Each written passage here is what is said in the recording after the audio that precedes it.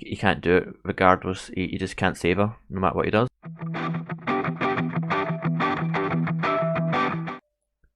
Welcome everyone. It is I, your Duke of Dullness, the Baron of Bourne, your Sultan of Sarcasm, the Captain of Raidbackness. I'm Scotia from Beyond the Fan. Join me in exploring the good, the bad, and the ugly side of pulp culture as I answer the question, are we getting the pulp culture entertainment we deserve? Before I get started, if you like what I do, please consider subscribing to the channel, liking, and sharing these videos. It's one of the few ways independent content creators like myself get traction on the platform these days. And to everyone who's already subscribed, thank you for your continued support.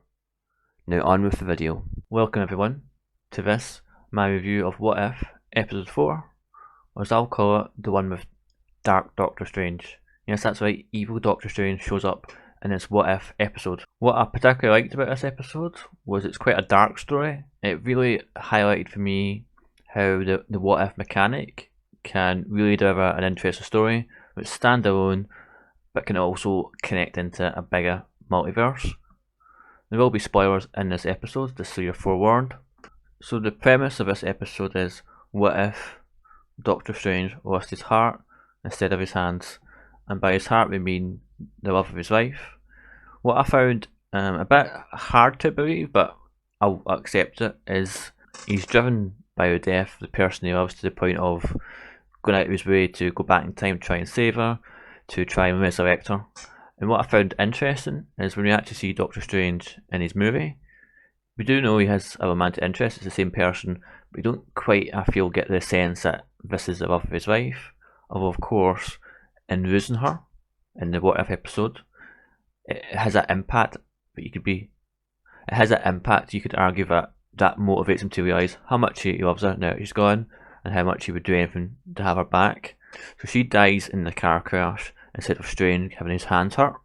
What that means though is he still goes on this quest to find more knowledge, still encounters the Ancient One, still develops his power, still becomes the Sorcerer Supreme, but was all motivated to try and recover, go back in time, or bring back the person he lost.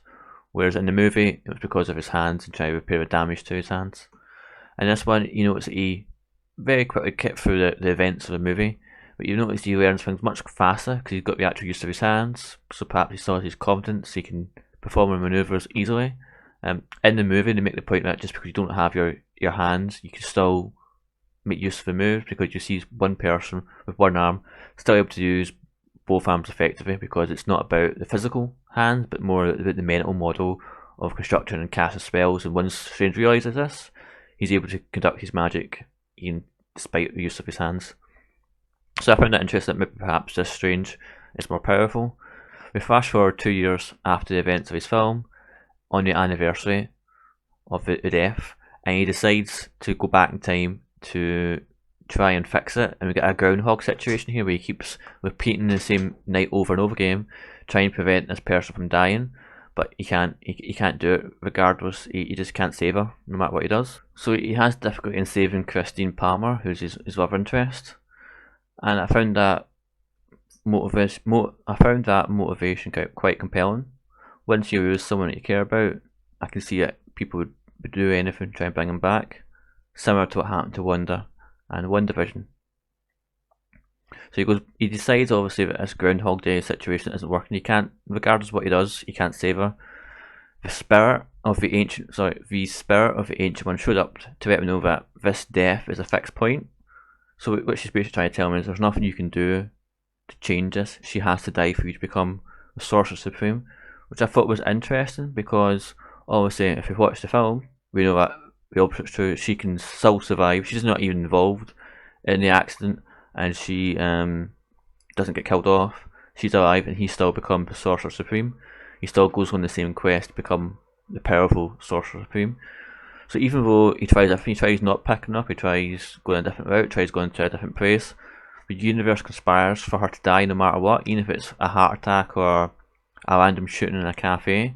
So what I don't quite understand, what's been set up here, is why is it our Strange can become the Sorcerer Supreme without Christine dying, but the Strange in this version, despite time travel, despite the multiple variants of different events, he still can't save her. So I'm wondering if they're trying to set up the idea there's a multiverse with Kang, and all the events that he's controlling and curating sort of thing. He's got the TVA going out and branching off and stopping branching.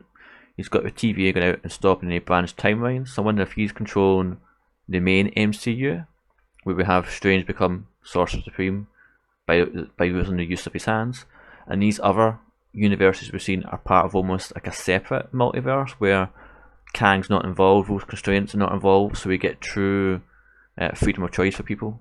So I'll be interested to see how that plays in going forward. He then decides to go far enough back in time to kind of speak to almost one of the original Sorcerer Supremes, or one of the main powerful sorcerers back in the past, learn more about time travel. He realises he's got to absorb other beings, other dimensions, become powerful enough to save her and bring her back from death. Ultimately, he goes through all this. He goes back to the present day and tries to bring her back forth, but in parallel to this, we discover at the end is that the Ancient One actually split him in two. One went back in time, one stayed here, so he's got to battle himself. It's not the version of Strange from the main MCU, it's still a what-if version of Strange, so he's still got the use of his hands. They have a confrontation. Ultimately, the evil Strange wins, absorbs him, brings back Christine Palmer, but at the cost of the world's been torn apart, being destroyed, just as the Ancient One said would happen. Christine's horrified by what she sees. Doctor Strange, because of all the demons and creatures he absorbed, he looks mutated, deformed, an amalgamation of everything he's consumed, and she's scared by what she sees. He kind of sort of semi goes back to normal, grabs her, tries to console her, but she's fading away, she's been dissolved, as is the universe. At this point we realise he knows about the Watcher, he's learned about the Watcher, but the Watcher's unwilling to act. We have a bit of dialogue with each other, and ultimately the world gets destroyed, Christine dies, and we're just left with evil Strange and almost like a bubble that surrounds himself in the void. So for me, it's the question of, in the trailers we've seen that this evil version of Strange showed up. Is it the same version or a different version? I suspect what we're going for here is potentially either this version of Strange travels the multiverse to assemble a team, or he's actually the enemy that the team's got to be assembled to fight against. I do think next week we'll see the Watcher become more directly involved in events. Up to this point he's watched and commented. In this episode he had the first time he's had a conversation with someone actually in the episode, which was interesting, and definitely think we're setting up things for the future. And as I mentioned, I do feel there's almost an explanation coming as to the different versions of the multiverse and why some things can happen and some things can't. But I'm wondering, with the Spider-Man trailer that came out last week, and with obviously Doctor Strange 2, the Multiverse of Madness, how does this version of Strange play into that? Is this version of Strange going to be seen? Is he going to be the main villain, one of the villains? There are some rumours that the version we see of Strange in the trailer for Spider-Man No Way Home is actually not Strange but some different version. Perhaps it's this evil version of Strange we're seeing there. But I do think over the next 5 episodes of What If, we will see more setup and more come together of those guardians of the multiverse, as have been called. I do also think this version of Strange will make some sort of appearance or reference either in Spider-Man Far From Home or in Doctor Strange 2. We'll obviously have to wait near the time till he's actually come out to see whether or not that's true or not. If this time travel element of repeating the same time over and over again, trying to affect change, it's interesting to you. You might want to check out Groundhog Day from the 90s with Bill Murray. Similar idea about a man trapped in a time loop and all the things he gets up to. Definitely a very good classic film to enjoy if you haven't seen it, or perhaps you have seen it and you'd want to see it again, then definitely go for it. It's a good movie and definitely for me an example of time travel done well in terms of a story. Overall, my thoughts would be this episode's a 7 out of 10 in itself. I've had to kind of place it in context of how does this connect in with the other MCU shows and movies. How does it work together to kind of have a cohesive vision of a multiverse? I'd probably drop it down to a 5 because it doesn't really fit into what's been established in other shows. It looks as if they've been working in kind of silos, separate stories, just happen to kind of cover the same ground but with different explanations. But I can give it a pass if at some point in the future they explain those differences. They've done a good job at this point of keeping each episode separate and standalone. Well, as I said, I do feel we are bound towards a bigger crossover event, multiverse, Guardians of the Galaxy type thing. I would love to know what you think. Do you think we're getting the pop culture entertainment we deserve? Let me know in the comments and drop me a like if you do. When it comes to pop culture, I'm not certain for this and neither should you.